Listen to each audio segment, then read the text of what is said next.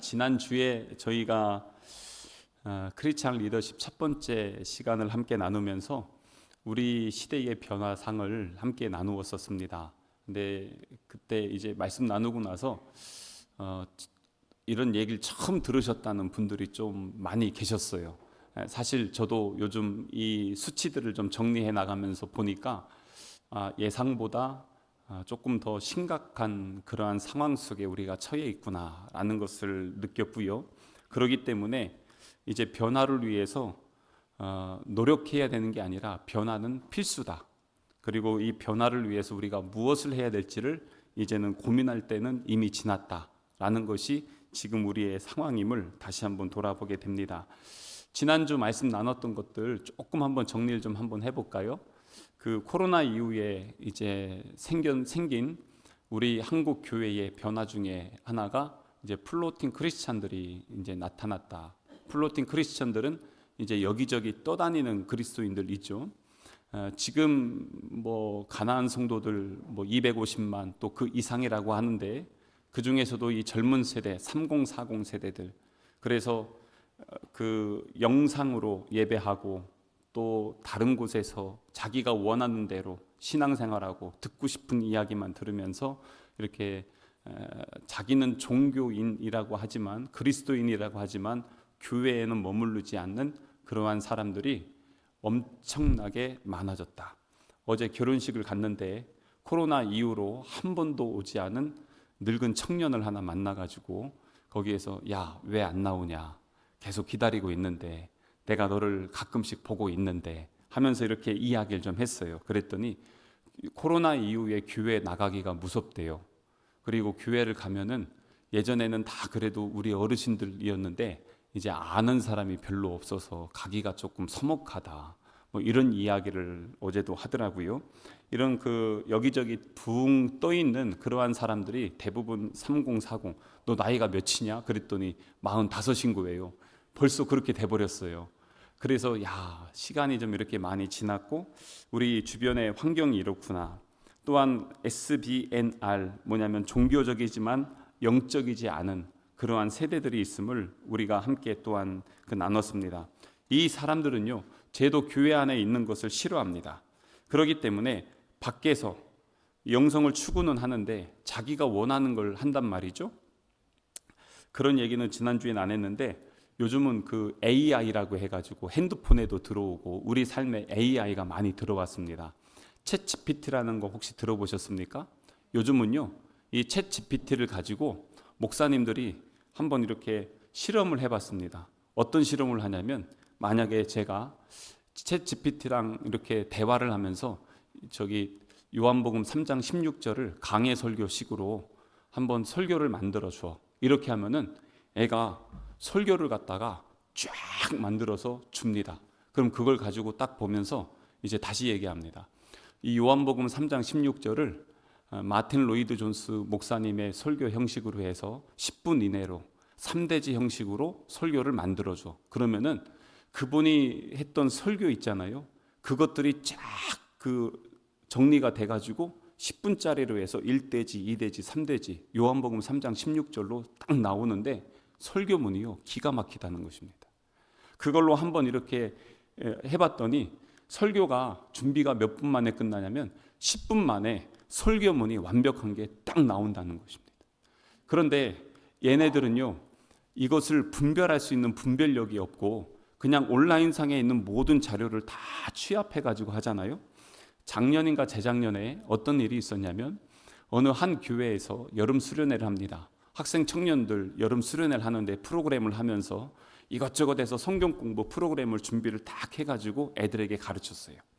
그런데 하고 나서 나중에 보니까 무엇을 가지고 있냐면 이단들 있잖아요. 이단들이 가지고 있는 자료들을 가지고 기존 교회에서 공부를 시킨 거예요. 어떤 일이 왜 이런 일이 일어났냐?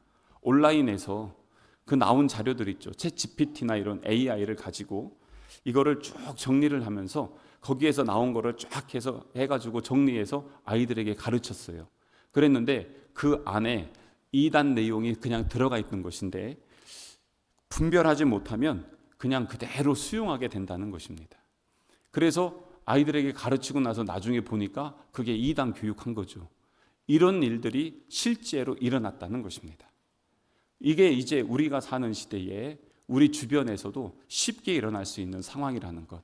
그렇기 때문에 이것들이 많은 정보를 주긴 하지만 우리가 그것을 잘 분별하지 못하게 되면 오히려 이게 우리들에게 영적인 해악이 되는 그러한 상황이 우리에게 온다는 것입니다.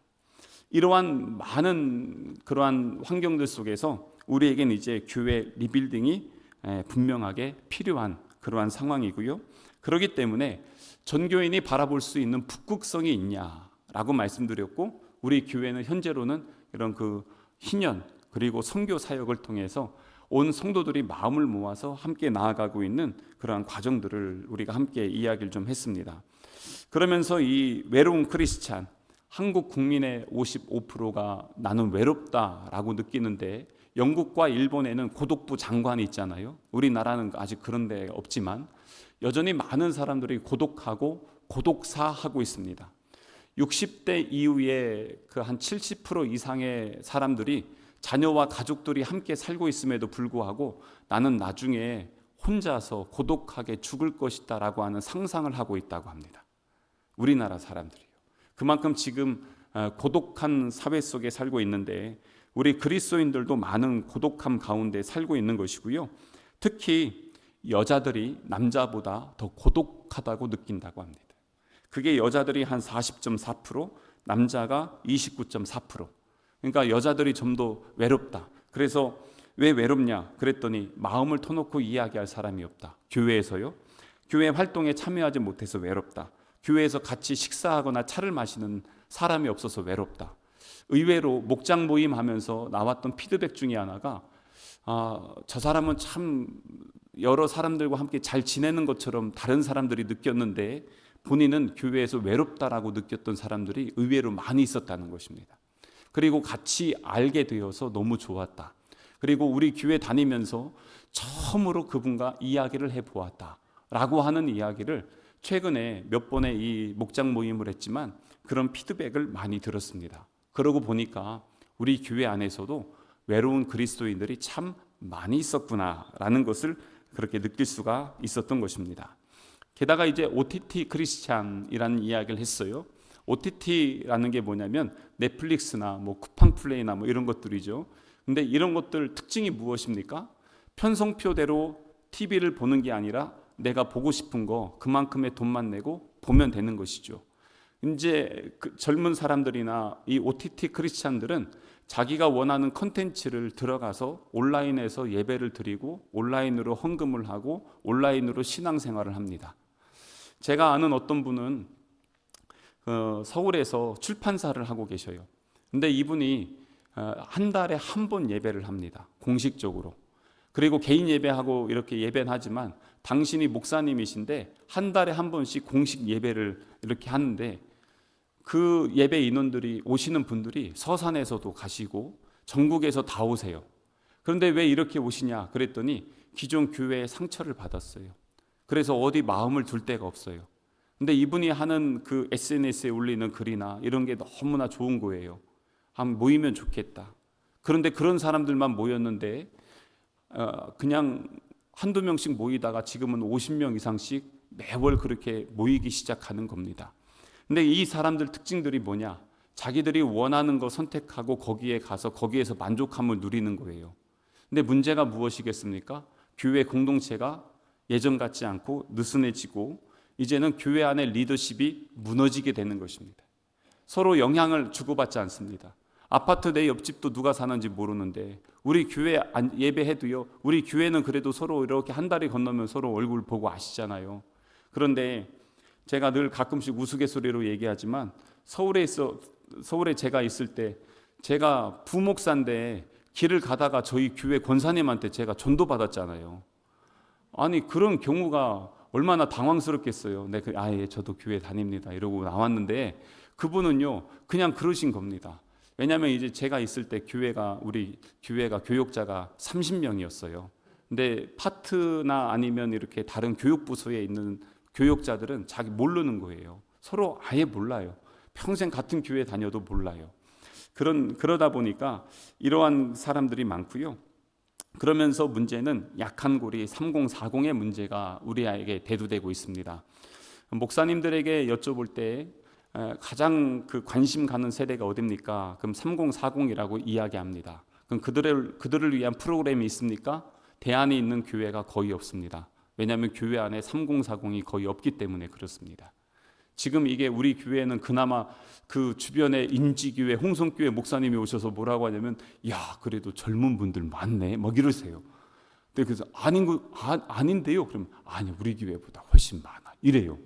지금 그러니까 그 지역에는 건강한 교회이긴 하지만 여전히 그 연령대가 3040이 거의 다 줄어들었다는 것입니다. 그렇기 때문에 이게 3040의 자녀들은요, 전부 유치부, 주일학교, 학생, 청년들입니다. 그러다 보니까 이 세대가 무너지면 다음 세대도 무너지게 되는 것이죠. 그게 문제가 되어서 한국 교회가 지금 미래가 어두워졌다라고 하는 그러한 전망이 나오고 있는 것입니다. 게다가 이제 교회 거버넌스입니다. 좋은 의사 결정 시스템. 그나마 저는 다른 교회에서 자랑하는 것은 우리 교회는 그나마 의사 결정에 있어서는 다른 교회보다는 훨씬 더 좋은 방향으로 가고 있다라고 자부하면서 이야기를 하고 있지만, 일반적인 교회에 장로님들, 그것도 이제 시무 장로님들에게만 모든 그 권한이 다 몰려 있다 보니까 이런 경우가 있어요. 설문조사를 했는데 당신이 느끼는 당신 교회 장로님은 장로가 되기 전과 장로가 된 후에 달라졌습니까? 여전히 똑같습니까? 라는 질문을 했을 때 성도들의 80%가 우리 장로님은 장로가 된 다음에 사람이 바뀌었다라고 얘기한다는 거예요. 어떻게 바뀌었냐 그랬더니 권위주의적으로 바뀌었다는 거예요. 근데 왜 그런 인상을 받게 되냐면, 장로가 되면은 보는 시선이 달라집니다. 교회에서 뭘 하냐면 이제는 계속 결정하고 책임을 져야 됩니다. 그렇기 때문에 그거에 대한 거룩한 부담감들이 생기면서 하는 행동이나 말씀하시는 것들이 당연히 예전보다는 달라지게 되는 것이죠. 그런데 그것과 함께 이제는 권한도 생기잖아요. 내가 이것을 집행할 수 있는 권한도 생기다 보니까, 그러다 보니까 다른 분들이 볼 때 또 그렇게 느끼게 된다는 것입니다. 그만큼 이 직분의 이 거버넌스, 그 의사결정 시스템이 그 연세 많으신 남자 중심으로만 몰려있게 되면 젊은 사람들, 여성들이 볼 때는요, 이게 건강하다고 보지 않는다는 것입니다. 그래서 공정성과 투명성, 그리고 수평적인 부분들, 이런 부분들에 있어서 우리가 한번 고민을 해봐야 되는 것이고요. 처치인 처치, 뭐냐면 소그룹 관련된 부분입니다. 코로나를 거치면서 한국 교회가 엄청나게 무너졌습니다. 타격이 심각했습니다. 앞으로 10년 후에 이제는 한국 교회 기독교 인구가 지금대로만 수치로 해서 쭉 따지면요, 한국 교회가 예전에 25% 했지만 이제는 2032년에는 한국 교회가 한국 전체 인구의 기독교인이 10%라고 이야기합니다. 그만큼 심각한 상황이라고 지금 얘기하죠. 근데 그 안에서도 부흥하는 교회들이 있어요. 여전히 건강한 교회들이 있어요. 그 교회의 모든 교회들을 조사를 해봤더니 딱 하나의 공통점이 나와요. 그게 뭐냐면 그 교회의 소그룹이 건강하냐입니다. 그래서 우리 목장이 정말 중요합니다. 오늘도 제가 이렇게 다니면서 몇 개 목장들을 이렇게 보았지만, 목장을 우리가 함께 하면서 서로 정말 애써 주셔야 됩니다. 우선은 목장 리더가 참 기도하면서 준비하며 해야 되고요. 아까도 이제 어느 한 그 목장은 사도신경하고 찬송하고 기도하고 여전히 구역 예배 하듯이 하시더라고요. 제가 그래 들어가셔서 이거 예배 아닙니다. 이거는 나눔입니다. 근데 나눔을 하실 때도 다른 사람들에게 어떻게 하느냐, 태도가 중요합니다. 그건 잠시 후에 나눌 것이고요. 그래서 어떤 태도로, 어떤 마음으로 어떻게 하느냐에 따라서 건강도가 달라지고, 그러다 보면 거기에서 나오는 열매가 달라집니다. 제가 이렇게 보니까 이제 목장을 조금 하면서 우리 안에 틀이 생기기 시작했어요.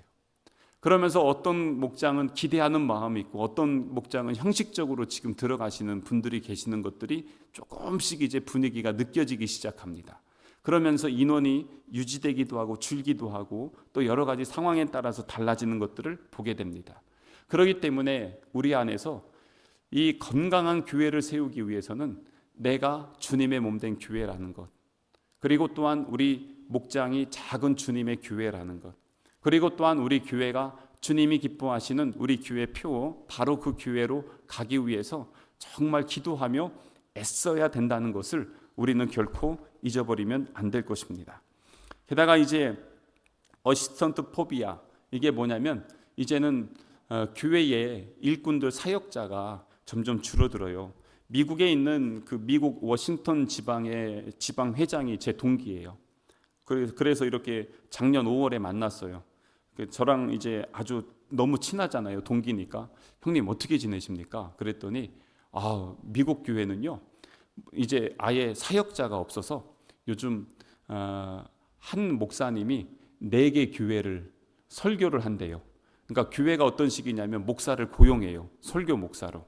자기들끼리 공동체를 이루고 주일날 목사님은 4개 교회를 다니면서 설교하면서 월급 받는 거예요. 그렇게 하면서 하는데 그러면 어떻게 그게 사역이 돼요? 그랬더니 자기들은 먹고 살만하대. 왜냐하면 그렇게 했는데 연봉이 1억이 넘는다는 거예요. 그렇게 하면서 생활을 하고, 그리고 교회는 교회 자기 필요대로 목사님 모시고 싶을 때 모시고 이렇게 하면서 지금 그러고 있다는 거예요. 도대체 왜 그러냐 그랬더니 사역자가 없다는 거예요. 근데 10년 전에 그 일본에 있는 일본 선교사가 만났을 때 그랬거든요.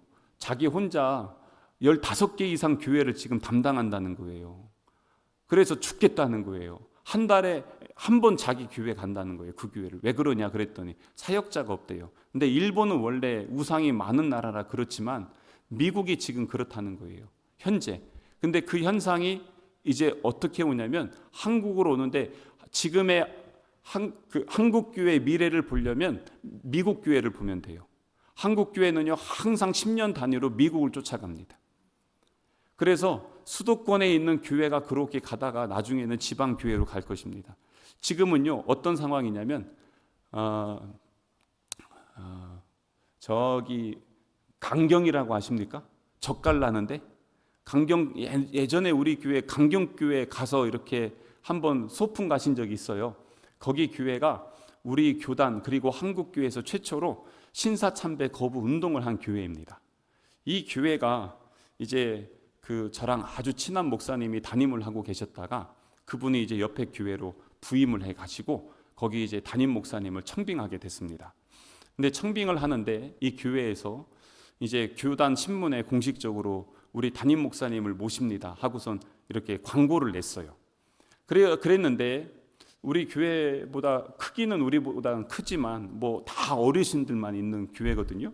그런데 그 교회 이력서가 몇 통이 왔냐면 마감 일주일 전에 290통이 왔습니다. 담임 목사 하겠다는 목사님 이력서만 290통이 왔어요. 일주일 남았는데. 그러니까 300통이 넘었겠죠. 그 중에서 후보군 3분을 뽑고 3분을 모셔다가 나중에 1분을 뽑게 되는 거예요. 그러니까 경쟁률이 300대 1이었어요. 그런데 그 교회에 부목사를 모신다고 하잖아요. 1년이 돼도 않아요. 지금도 저랑 친한 분이 거기 목사님으로 지금 또 가셨어요. 그래서 잘 알아요. 그랬는데 없어요. 인지교회 아직도 1년 넘었는데 이력서가 안 들어와요. 안 와요. 중앙교회 제가 말씀드렸죠. 1년 만에 1명 왔어요. 그래가지고 왔다고 막 너무 좋아하세요. 이제 우리 부목사 왔다고 막 그러면서, 그것도 2달 전인가 몇 달 전에 왔어요. 그렇게 해가지고 했는데, 그래서 이거 심각하다. 금요일날 저녁에 성경 공부하는 여러 이유와 목적 중에 하나가 평신도 리더십을 세워야 되겠다. 이제 절박한 상황이다 라는 것입니다. 교역자가 일을 하는 게 아니라 평신도 시스템으로 우리가 빨리 전환해서 준비하지 않으면 우리 교회 미래가 어떻게 될지 모르겠다라고 하는 절박함에서, 그래서 신학교육 프로그램을 갖고 와서 하겠습니다라고 말씀드린 이유가, 여러분들이 신학교에서 배우는 교육을 기본이라도 가장 약한 거라도 한번 배우고 교회 사역을 하는 것도 중요한 가치이기 때문에 그렇게 그 전에 말씀을 드렸던 것입니다. 그래서 이런 그 수축 시대에 우리가 해야 되는 것 중에 하나가 뭐냐면 미래에 집중해야 된다. 우리가 지금 결정하는 내용은요, 이거는 앞으로 30년 이후를 보면서 준비해야 된다는 것을 말씀드렸고요. 선택과 집중을 해야 됩니다. 우리 교회가 10,000명 교회가 하는 프로그램을 다 할 수 없습니다. 그렇기 때문에 그 교회 하면은 어떤 교회다라는 것이 딱 드러나야 됩니다. 그래서 요즘 주변에 우리 교회를 바라볼 때 우리 교회를 어떻게 보냐면 성남교회는 요즘 선교하는 교회다라는 인식이 이제는 자연스럽게 자리가 잡혔습니다. 그래서 변화하는 교회다, 뭐 이런 이야기들도 요즘 종종 듣고 있습니다. 그렇게 그 교회의 그 색깔, 그래서 예수님도 제자들이요, 단점도 있고 장점도 있잖아요. 단점은 살짝 덮어주세요. 근데 이 장점을 갖다가 잘 세워서 그 제자의 강점으로 딱 드러나게 해주십니다. 그래서 장점을 강점화시키는 그러한 사역들, 그게 우리 교회의 색깔로 드러나야 되는 거예요. 그래서 그 교회는, 우리 교회 보면요, 여러분들이 그 은사가 한 40-50%가 나눔과 섬김의 은사를 갖고 있는 분들이 많습니다. 그래서 우리 필리핀에 지금 화재가 났는데 우리가 도와줍시다 그러면 집에 있는 거 다 들고 옵니다. 왜요? 나눔과 섬김의 은사가 있기 때문에 그런 것들을 하시는데 아까워하지 않는 것이에요. 그것이 함께 모여서 이렇게 갑니다. 제가 이거를 가지고 그래서 몇몇 교회에 부탁을 좀 드렸어요. 우리가 이렇게 하니까 당신들도 좀 모아서 오면 우리가 비용 부담해서 택배 보내겠다, 좀 해줘라. 안 합니다. 그러니까 이게 교회마다 색깔 다른 것이죠. 그냥 왜 안 했냐고 그게 아니라 그 교회만의 강점이 있지만 그렇지만 마음을 모으기에는 쉽지 않았다는 것입니다. 그렇기 때문에 우리 교회 성도분들이 그렇게 하는 것은 정말 좋은 그러한 강점인 것입니다. 선교와 나눔과 섬김들, 이런 일들을 잘 하고 계시는 것이고요. 그러면서 이제 이러한 미래형 리더십을 만들어 가야 되는 것이죠. 그래서 이 건강한 교회가 세워지기까지 어떤 로드맵, 그리고 어떤 리더십이 우리에게 필요한지를 우리가 한번 정리하면 좋습니다. 지금부터 말씀드리는 내용은 내가 바로 그런 사람, 내가 그런 리더십, 그런 하나님의 자녀로 내가 세워져야 되겠다라는 것을 봐야 됩니다. 제가 지금 이제 건강한 교회 12가지 특징들을 한번 보겠습니다. 먼저는 그 리더십과 섬김입니다. 이 리더십과 섬김, 지도력을 갖춘 영적 리더십을 갖고 있는 사람들, 그 사람들이 그 교회 공동체에 얼마나 있느냐. 이 리더십은 영적 리더십이에요. 예를 들어서 이런 거예요.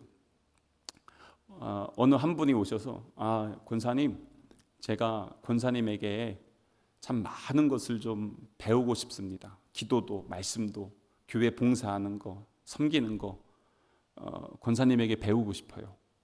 지금 우리 한 성도가 지금 여러분들 권사님들에게 그렇게 이야기했어요. 그럼 어때요? 기뻐요? 부담스러워요? 어떻습니까? 어떤 마음이 있습니까? 이 리더십은 그들에게 그런 영향력을 어떻게 나눠주냐는 것입니다. 또한 교회는요, 이 단순하고 역동적인 시스템을 자꾸 갖고 가야 됩니다. 교회는요, 이게 그 전통이 있는 교회일수록 형식이 많아집니다. 그리고 이 형식을 깨기가 너무 어렵습니다. 물론 그 전통이 나쁜 건 아닙니다. 그 교회만의 색깔이죠. 그런데 전통을 고집하다가 변화를 하지 못하게 되면 결국에는 시대에 뒤처지게 되고, 많이 세상은 변화되고 그 사람들은 변화되는데 그 사람들을 섬길 수 있는 그릇이 준비가 안 되고 깨지게 된다는 것입니다. 그래서 이런 그 단순하고 역동적인 시스템, 그래서 교회 사역들이 시스템화되어 있느냐, 그리고 이것들이 준비되느냐라는 것이에요. 그냥 가끔씩 그래요. 왜 이거 안 합니까? 왜 이렇게 해주십시오. 그러면은 그때마다 이렇게 했다가 저렇게 했다 바뀐다고 해봐요. 그럼 어떻겠습니까? 그래서 조직을 바꾸고 나눈다는 것, 그건 쉬운 것이 아닌 것입니다. 체계를 갖춰서 만들어가는 과정이 있어야 되는 것이고요. 열정이 있어야 됩니다. 우리가 그리스도인으로서 복음에 대한, 영혼에 대한 열정이 있는가? 주님의 몸된 교회에 대한 열정이 있는가? 그 2080 법칙이라고 아세요? 교회의 모든 봉사는요 20%가 다 합니다. 나머지 80%는요 가끔 방관하고 구경하고 어쩌다 한번 동참합니다. 근데 20% 안에서도 또 나뉘어집니다. 근데 그게 그렇습니다. 근데 그 20%의 열정과 헌신, 그것을 30% 40%로 늘려나가느냐, 이게 우리의 숙제라는 것입니다. 한 영혼을 세워서 그리스도인으로 장성한 분량으로 이룰 수 있도록 그 사람들을 세워나가는 과정들이 필요합니다. 그래서 진짜 건강한 교회는요, 열정 20%를 30%로 늘리면요, 그 교회 진짜 건강하다고 평합니다. 그 정도 수치입니다. 그래서 우리에겐 어떤 열정이 있느냐는 것이고요, 그 다음에 열린 성도의 교제가 있냐는 것입니다. 여러분 어때요? 우리 교회에는 열린 교제가 일어나고 있습니까? 아마 이렇게 목장하면서 이렇게 보니까 아직도 내 마음에 이거 꺼낼까 말까, 얘기할까 말까, 이거 쪽팔린데 뭐 이러면서 이제 간보는 정도일 수도 있고요, 아니면 옛다 하면서 이렇게 내려놓기도 하고, 또 이렇게 서로 지금 아마 시작점이시기 때문에 그러거든요. 이게 한번 임계점이 가서 한번 폭발하셔야 됩니다. 그래서 내 마음에 있는 것들을 나누고 함께 기도 제목을 나누고 그것을 위해서 뜨겁게 함께 기도해주고, 그렇게 하면서 주중에도 같이 마음 모아 기도해주는 그런 것들을 통해서 열린 성도의 교제가 일어났을 때 건강한 교회가 된다는 것입니다. 지금 제가 12개를 하는데 12개를 100점씩 따져가지고 여러분들 우리 교회가 몇 점인지 여러분들이 한번 체크를 해보세요. 5번째가 목적이 이끌어가는 역동적인 예배를 드린다는 것입니다. 이거는 제가 우리 교회 이거 예배 순서를요, 처음에 부임했을 때보다 많이 줄였습니다. 교동문도 빼고 뭐도 빼고 막 다 빼고 하면서 뺐고요. 요즘도 고민하고 있어요. 뺄 게 뭔가 막 이러고 있어요. 그래서 지금 이 교회 소식 요거를 그냥 예배 전에 해버리고 이걸 빼버려 버릴까 막 요즘 이제 그 고민도 하고 있습니다. 지난주에도 우리 전도사님하고도 난 이 교회 소식이 왜 이 말씀 뒤에 있는데 이거 영 흐름상에 이거 안 맞는 것 같아 막 이러면서 고민하고 있었거든요. 근데 이 예배가요, 지금 우리는 그래도 딱 이렇게 기도하면 자연스럽게 나와가지고 기도하시잖아요. 다른 데는 어떻습니까? 여전히 자, 어느 장로님이 나오셔서 기도하시겠습니다. 그러면 이제 그때 나와요. 그때 나와서 서가지고 또 뭐라고 하시냐면 기도하시겠습니다. 이러면서 또 기도를 하십니다. 그러니 아니 기도하겠다고 했는데 또 자기가 또 기도하자고 또 하고 2중 3중으로 얘기하고, 사람들의 이 시선이요, 이렇게 그 예배가 집중되기 위해서는 시선이 몇 초 이상 딱 거기에서 흐름이 끊어지면은 벌써 딴 생각이 들어갑니다. 그래서 모든 예배는 단순하게, 그래서 시선이 다른 데로 빠지지 않게끔 쫙 끌어가 줘야 됩니다. 그렇기 때문에 그것을 하기 위해서 예배 시간 순서가 중요합니다. 그리고 또한 열정적인 찬양과 중심의 기도와 또 잘 녹아지는 말씀들, 이것들이 함께 어우러져야 되겠죠. 그리고 나서 이제 사람 중심의 체계적인 양육과 훈련, 이게 참 우리에게 참 부족한 부분인데, 그나마 제가 요즘 그 성경 공부를 시작을 하면서 마음에 많은 위로 받습니다. 사실 주일 예배 준비하는 것보다 요거 준비하는 시간이 훨씬 깁니다. 제가 새벽에 그 한두 시간을 요 강의 준비를 하고 있어요. 매일 강의 듣고 준비하고 또 책 보고 다시 하고 이러는 시간들을 가져요. 시간이 엄청나게 많이 들어가지만 그만큼 또 기대하는 바가 있어요. 그렇게 하면서 서로 준비가 되어지는 것이죠. 그리고 나서 이제 관계 중심적 전도입니다. 전에 인지교회 목사님 모셔서 고민하시는 부분들을 저희도 고민합니다. 전도위원회도 계시고 열심히 해주셔서 감사한데, 80년대 90년대 전도 방식으로는요 이제 더 이상 먹히는 시대가 아니라는 것입니다. 어떻게 해야 되냐, 우리 교회도 지금 전도 이렇게 해서 오시는 분들 보세요. 전도해서 오시는 분들은 다 관계로 해서 오시지, 지나가는 사람 붙잡아가지고 이렇게 데리고 오는 경우들은 지금 수년 내에 한 명도 없었습니다. 그렇다고 해서 뿌리고 나누고 전도하는 사역을 멈춰야 되냐? 그건 아닙니다. 그렇게 하면요 하나님께서 이상하게 다른 곳을 통해서 일해서 그 사람들을 보내주시는 것들을 정말 많이 경험을 합니다. 그 마음을 하나님께서 기쁘게 받아주시는 것이죠. 그래서 우리 이 관계 중심적 전도는 나중에 우리 전문 강사를 한번 모셔서 한번 같이 나누려고 준비하고 있고요. 그 다음에 이제 균형 잡힌 성숙입니다. 교회 영적 수준, 영적 성숙, 말씀, 기도, 그리고 전도, 순종, 주님 안에서 교제, 이것이 이 연구자들은요 교회 내에 이렇게 참여하는 사람들이 30%만 있어도 그 교회는 만점이다라고 얘기합니다. 그만큼 교회 성숙도가 그렇습니다. 그리고 또한 이 교회 열린 공간, 이건 뭐냐면 이게 그냥 우리 컨테이너 했고 저기 하우스 했으니까 우리는 공간 많아, 그 얘기하는 게 아니에요. 우리 이거 했잖아요. 하면서도 계속 하는 얘기가 그거예요. 컨테이너를 구입할 때 비싼 걸 해야 되냐, 싼 걸 해야 되냐. 비싼 거는 하나에 1,500만 원 이상씩 합니다. 컨테이너 하나에. 근데 싼 거는요 300만 원대면 살 수 있습니다. 고민이 되는 거예요. 근데 제가 그랬어요. 가서 우리가 일주일에 1시간 씁니다. 그럼 어떤 거 사면 좋겠습니까? 그랬더니 거기 직원들이 비싼 거 할 필요 없어요. 그냥 싼 거 해가지고 그냥 그 전에 냉난방기 좀 틀어놓고 그렇게 해서 준비하시면 충분합니다. 사실 거예요? 아니요. 그러면은 그냥 무조건 싼 거 하시면 돼요. 그냥 그렇게 판매하는 사람이 그렇게 권면합니다. 열린 교회 공간이라는 것은 주중에 그것이 얼마나 활용되고 있냐는 거예요. 우리가 그 1층 예배당에 늘 찬양 음악을 틀어놓고 24시간 열어놓습니다. 서울에 있는 상가 교회들은요 주중에 다 문 잠궈 놓습니다. 근데 우리 늘 열어놓습니다. 언제든지 오십시오. 교제하십시오. 하염없이 기다려도 누가 오나 언제 오나. 주중에 활용이 안 되는 거예요. 교회 건물이요 주일에만 부족하지 주중에는요 널널합니다. 여유 있습니다.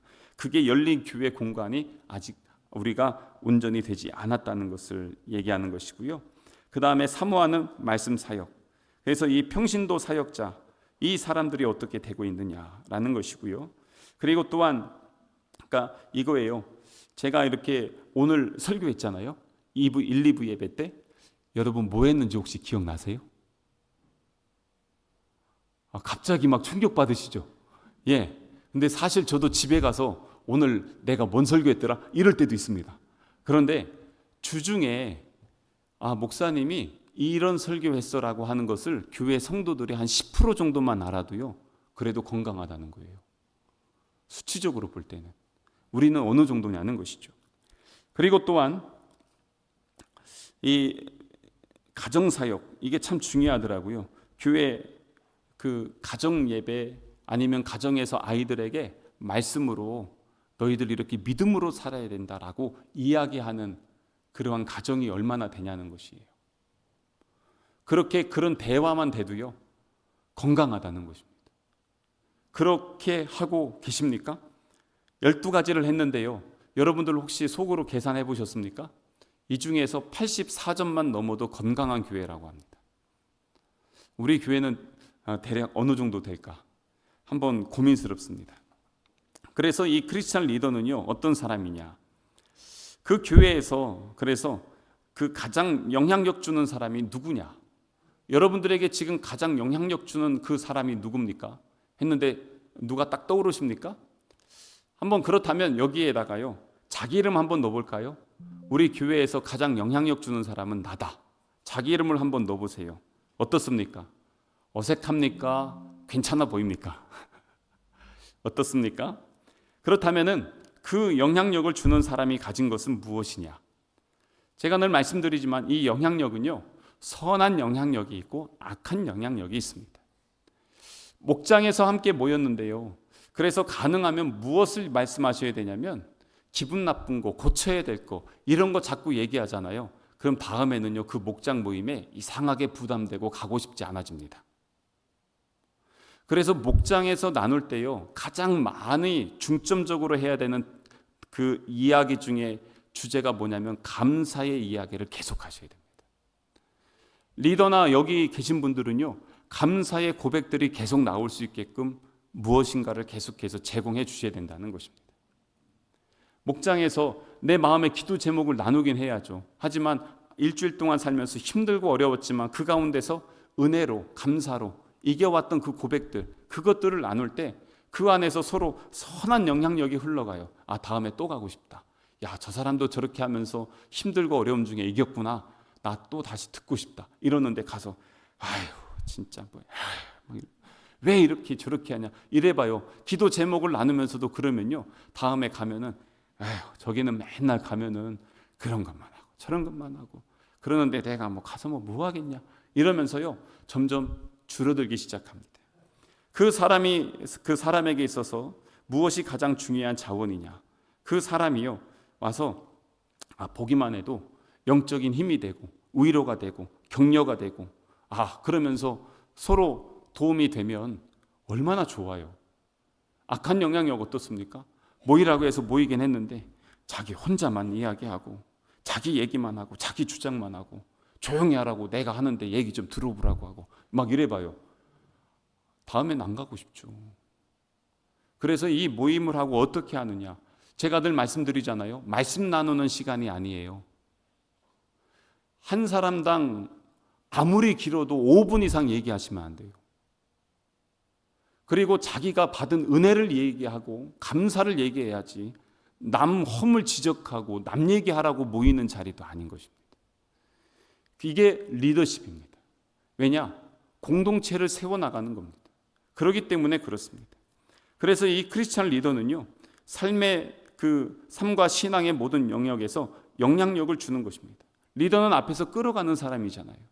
그렇기 때문에 목장, 리더, 우리 모두가 다 리더의 자질이 있고 자격이 있잖아요. 그렇기 때문에 이 영향 어떻게 주냐는 것이죠. 그 리더십은요, 존 맥스웰 목사님 뭐라고 하냐면 영향력이다라고 이야기해요. 나를 통해서 흘러가게 돼 있습니다.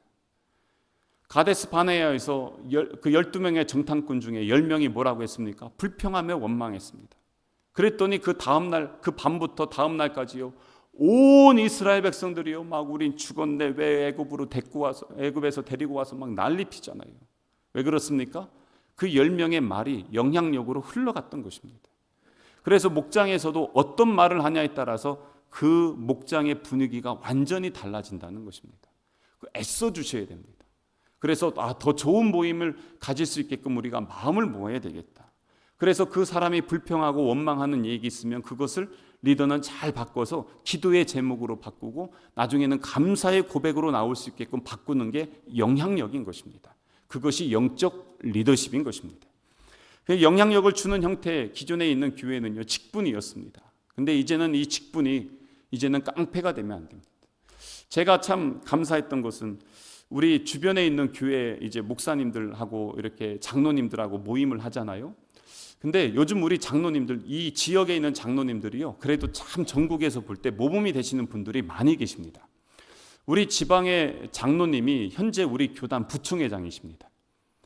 온 우리 지방회가 마음을 모아서 그분을 부총회장으로 이렇게 하실 수 있도록 섬겨드렸어요. 근데 그 식당에 같이 가잖아요. 그러면은 요즘 우리 장로님들이 어떠시냐면 식사를 우선은 안 하세요. 그리고 어떻게 하냐면 계속 우리 상을 이렇게 다녀요. 목사님 부족한 거 있어요? 목사님 필요하신 게 있어요? 목사님 어떻게 괜찮으세요? 그러면서 계속 옆에서 챙겨주세요. 장로님들이. 그러면서 하는데 어느 교회를 가면요, 장로님이 딱 앉아가지고 어이 권사님 반찬 좀 갖고 와, 반찬 좀. 막 이래요. 그런 장로는요 그만둬야 됩니다. 교회에 전혀 도움이 안 됩니다. 완전 차이가 나잖아요. 제가 서산에서 보는 장로님들은 그래도 앞에 있는 장로님들이 훨씬 많아요. 제가 최근에도 여기 서산교회나 음암교회 이렇게 가면 우리 장로님들 뵀잖아요. 이 장로님들이 옆에서 꼭 그래요. 옆에서 목사님 저를 위해서가 아니라 목사님들 계시니까 거기에서 필요하신 게 뭡니까? 어떤 게 하면서 가서 당신이 다 섬겨주고 그렇게 하면서 합니다. 그럼 목사님들은 가만히 있습니까? 그러지 않죠. 근데 장로니까 대접받고 장로니까 인정받고 장로니까 좋은 자리에 앉아야 되고 그런 생각을 하게 되는 순간에 그 평가가 아까 말씀드린 것처럼 무엇으로 바뀝니까? 그래서 저 사람은 평신도로 있을 때랑 장로로 있을 때랑 사람이 바뀌었어. 그럼 변질된 겁니다. 그래서 영향력을 어떻게 주냐? 직분이 영향력을 주고 사회적인 직위가 영향을 주고 물리적인 것이나 인격적인 태도, 인격과 태도로 영향을 주게 되는데 어떤 좋은 인격이냐? 인격과 태도는요, 뭘로 나타나냐면 성령의 열매로 나타납니다. 그래서 요즘 그 3, 4년 전에 한국 교회 이게 유행하는 게 뭐냐면 성품 학교입니다. 성품 학교들을 다 보면요, 그게 다 성령의 열매로 되어 있습니다.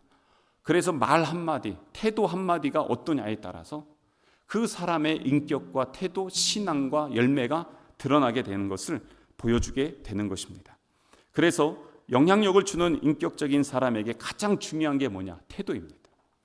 공감하고 그리고 그 사람의 마음 함께 나누는 것. 그래서 예수님도 보세요. 우는 자들과 함께 울잖아요.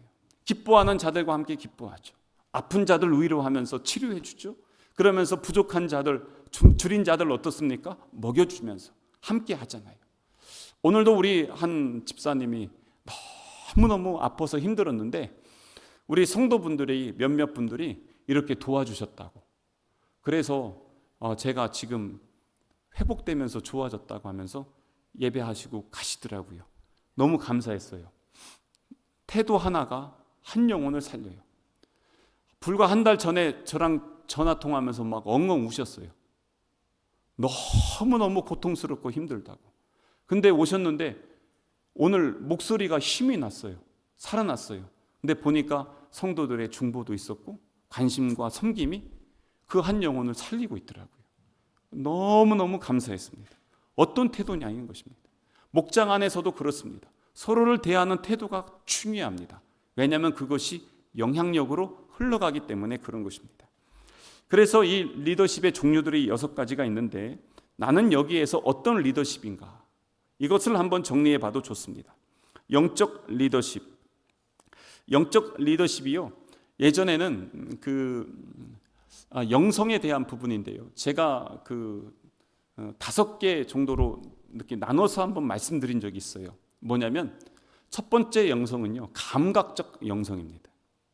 뭐냐면 이 옛날 우리 한국 교회 초기 교회는요, 와! 막 이러면 막 다다다닥 막 쓰러지고 막 그런 데 가서 그거 좋아해가지고 맨날 가고 어디 가면 병 고친다, 어디 가면 뭐 한다 막 하면서 했잖아요. 근데 이런 영성을 감각적 영성이라고 합니다. 근데 이제 여기 영성에서 조금 더 이제 올라가는 게 이제 감성적 영성입니다. 막 재밌어서 웃다가 어느 순간 은혜 받고 막 울어요. 막 그 부흥의 강사들 그런 분들 많잖아요. 대표적인 분이 장경동 목사 옛날엔 그랬는데 이런 분들이 있는데요. 감각적 영성은요, 감성적 영성까지 못 갑니다. 그런데 감성적 영성은요, 감각적 영성들도 수용할 수 있습니다. 근데 그 다음의 영성이 뭐냐? 지성적 영성입니다. 예를 들어서 말씀의 깊은 묵상과 함께 이것들을 가지고 적용을 하고 섬기며 나누는 것입니다. 감성적 영성은요, 지성적 영성을 뛰어넘을 수가 없습니다. 그리고 그것을 이렇게 이해할 수도 없고 헤아릴 수도 없습니다. 그러다 보니까 그분들하고 대화하려면요, 자기가 힘들어요. 감성적, 감각적 영성들은 지성적 영성을 갖고 있는 사람들하고 같이 하면 힘들어요. 근데 지성적 영성을 갖고 있는 사람들은 감각적, 감성적 영성에 있는 사람들을 다 수용하고 포용할 줄 압니다. 그래서 성장과 성숙이 필요하다는 것입니다. 말씀을 깊이 묵상하고 그 안에서 주신 말씀들을 나누는 것. 여러분, 그 목장 모임을 할 때 그 주제가 뭡니까? 일주일 동안 나에게 주신 말씀, 내가 예배 때 주셨던 말씀들, 그것들을 나누라고 하잖아요. 근데 왜 이게 나눠지지 않냐면 내 영성이 감각적 영성이나 감성적 영성에 있으면은 이게 나누기가 어렵습니다. 도대체 무슨 말을 해야 될지 모르겠다. 왜냐하면 이것이 지성적 영성이 내 안에서 그게 말씀이 녹아지고 이게 내 입술로 나와야 되는데 그게 훈련이 안 돼서 그런 것입니다. 그래서 이 감성적 영성에만 머물러 있으면요, 성장을 못합니다. 그래서 지성적 영성으로 가서 함께 나눠야 됩니다. 그 위의 영성이 뭐냐면 수도원적 영성이라고도 하고 광야의 영성이라고도 합니다.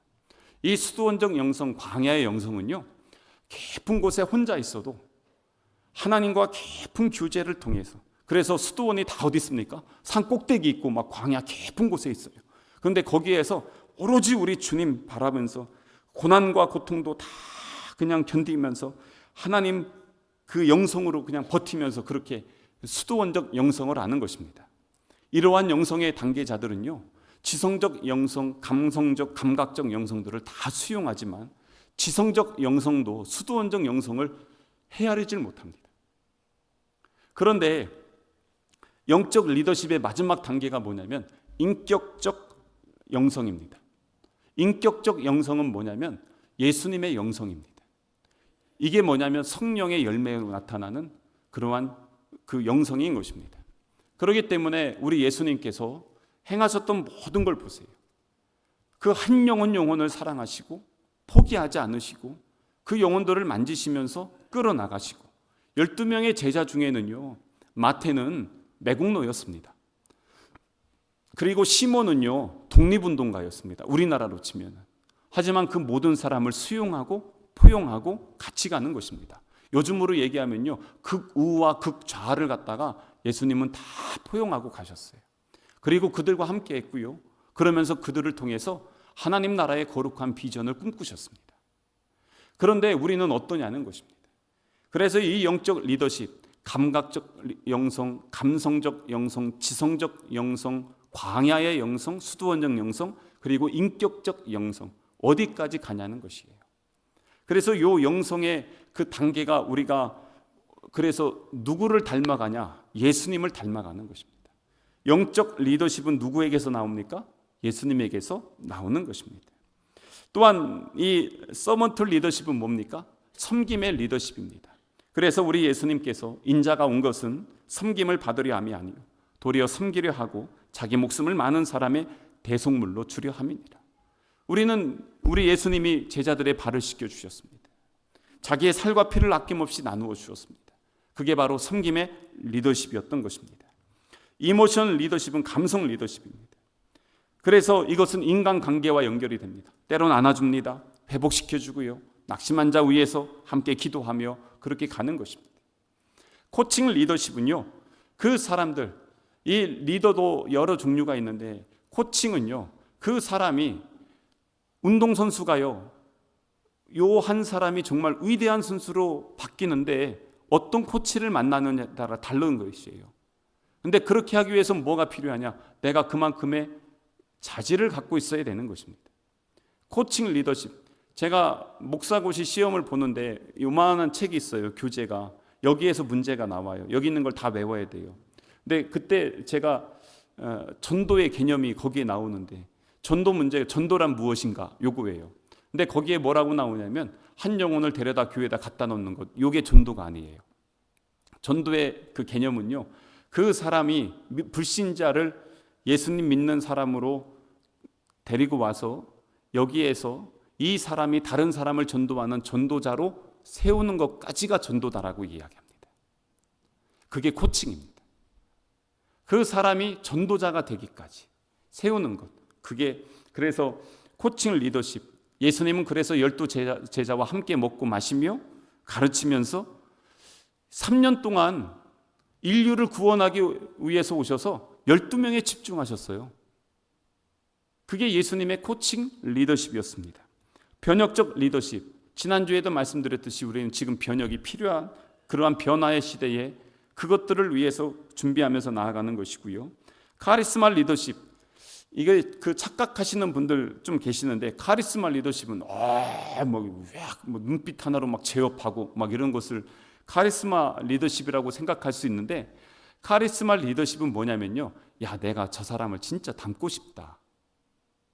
그래서 저기 순복음교회 목사님들 있잖아요. 이 목사님들은요, 재밌는 게 조용기 목사님 톤 다 따라합니다. 하면서 막 합니다. 그리고 저기 장로교회 목사님들 중에 저도 이제 옥하는 목사님에게 제자 훈련 배웠는데 옥하는 목사님 그 말투가 있어요. 지금 돌아가셨지만 그 옥하는 목사님 말투를 그대로 따라합니다. 그게 카리스마 리더십입니다. 목회를 하면서도 그분의 목회 그리고 그분의 삶 닮아가면서 쭉 가는 게 카리스마 리더십. 그래서 뭐냐면 야, 내가 우리 교회 장로님 좀 닮고 싶다. 우리 교회 권사님 좀 닮고 싶다. 이게 카리스마 리더십입니다. 그래서 나는 어떤 리더십을 소유한 하나님의 자녀인지를 한번 우리가 점검해 볼 필요가 있다는 것입니다. 이게요, 모든 사람이 모든 리더십을 다 갖고 있진 않아요. 각 사람마다 달라요. 저도 저의 리더십이 있고 여러분들도 여러분들의 리더십이 있는 것입니다. 근데 그 리더십을 예수님이 어떻게 하냐면 아까 말씀드렸지만 단점은 살짝 덮어주고 강점으로 끌어줘서 쫙 세워주시는 겁니다. 그게 예수님의 영적 리더십이었던 것입니다. 저는 우리 교회 모든 성도들이 영적 리더십을 잘 세워서 교회와 가정과 또 각자의 자리에서 선한 영향력을 끼칠 수 있는 그런 우리 성남 가족 되시기를 주님의 이름으로 축복합니다.